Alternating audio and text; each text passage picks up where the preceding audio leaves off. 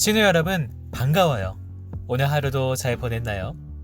오늘도 성경 읽기를 통해 하나님의 지혜와 성경님의 은총이 함께 하셔서 말씀이 깨달아지는 은혜가 있길 바래요. 자, 그럼 오늘 예레미야 1장에 대한 해설을 시작하도록 할게요. 예레미야서의 저자 예레미야는 눈물의 선지자라는 별명을 가진 선지자로 우리는 보통 알고 있는데요. 유다가 멸망으로 치닫는 어두운 시대에 전달하고 싶지 않은 이 메시지를 전해야 하는 이 비운의 선지자였어요. 예레미야가 전달하는 메시지는 나라가 멸망할 것이니 침략하는 바벨론에 항복하라 라는 거였어요. 하나님께서 죄악된 이스라엘 민족인 이 유다를 심판하기로 작정하셨기 때문에 이 포로 생활은 피할 수 없게 되었어요. 그것 때문에 예레미야는 하나님과 갈등했어야 됐고 전달해야 하는 메시지와 갈등하게 됐죠. 그리고 자기 민족인 이 유다 백성들과도 갈등할 수밖에 없었어요.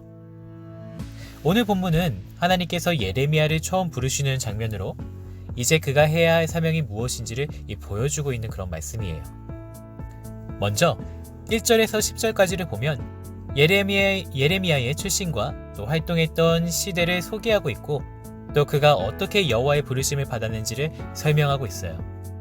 그리고 11절에서 19절은 이 두 가지 환상을 예레미야가 보게 되는데 하나님은 예레미야에게 확신을 심어주시기 위해 이 환상들을 보게 해주셨던 것이고 다시 한번 이 예레미야가 앞으로 어떤 사역을 해야 되는지 명확하게 본인이 알고 또 그런 예레미야를 하나님께서 격려하시기 위해서 보게 해주셨던 것이죠. 그럼 좀 더 자세히 한번 살펴볼까요?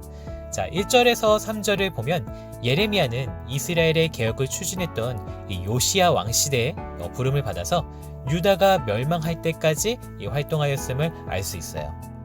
예레미야는 개혁이 실패하고 나라가 기울어가던 그 시대의 한복판에 서 있던 그런 선지자였던 것이죠. 자, 이제 하나님이 부르시는 장면이 나오는데요. 4절에 보면 여호와의 말씀이 어떻다고 돼 있죠? 네, 임하였다라고 이렇게 말씀이 나오죠. 이 장면을 보면 하나님의 말씀이 예레미야에게 임한 것은 인간의 어떤 의지에 따른 것이 아니었다라는 것을 우리가 알 수 있어요. 여러분, 이게 비단 오늘날로 따지면 성직자에게만 해당하는 말일까요? 아니에요.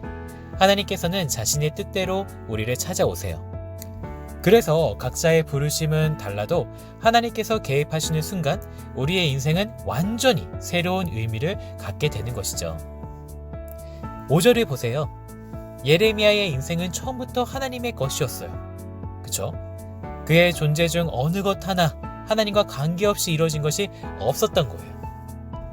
여러분, 마찬가지로 우리 인생의 주인은 역시 하나님이세요. 하나님은 각자에게 이 세상에 존재해야 하는 이유에 맞게 지금 이곳에 있게 하셨고 하나님을 따르고 신뢰하는 자를 친히 인도해 가세요. 우리가 그것을 잘 못 느끼는 것은 하나님의 손에 전적으로 나의 인생을 맡기지 않았기 때문이에요.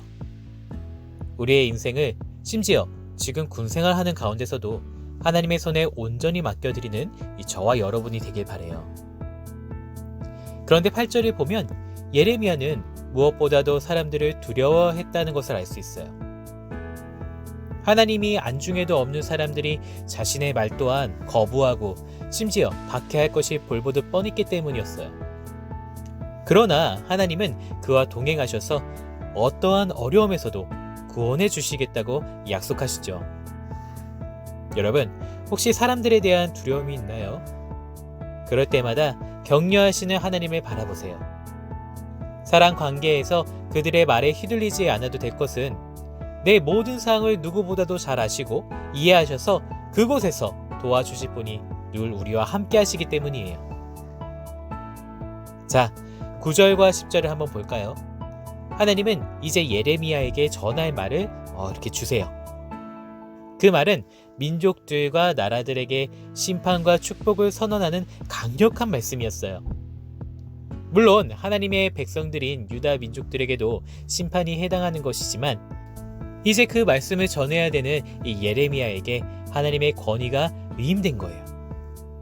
여러분, 하나님은 막무가내로 명령만 하시지 않으세요.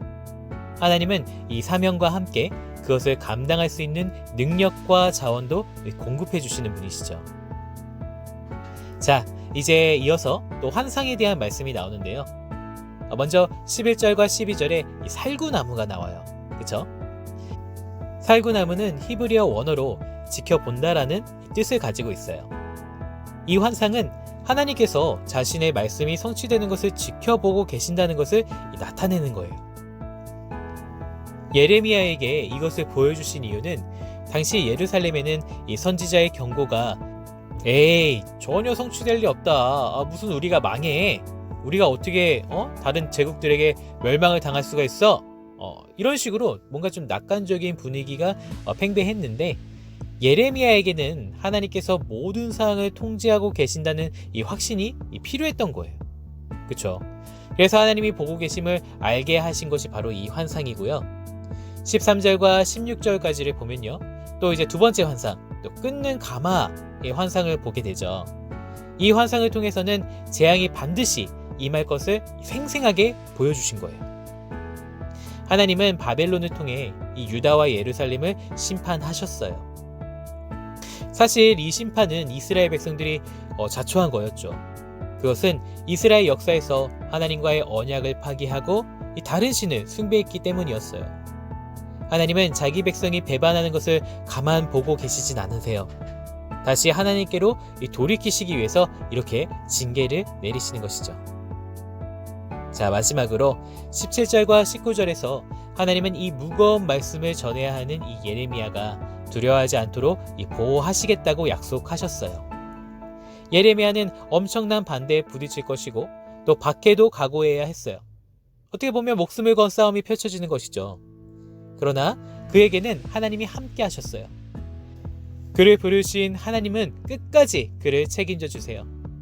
그렇기 때문에 이후에 예레미야서에 나오는 모든 말씀들을 보면 아무도 그를 넘어뜨리지 못했어요.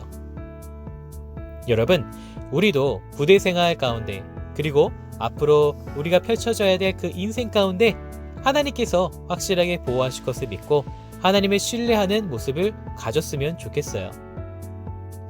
자, 이렇게 오늘 예레미야 1장을 읽어보았어요. 신우 여러분 수고했고요. 오늘 하루도 잘 마무리하고 내일도 힘차게 기분 좋은 하루가 되길 바래요. 샬롬.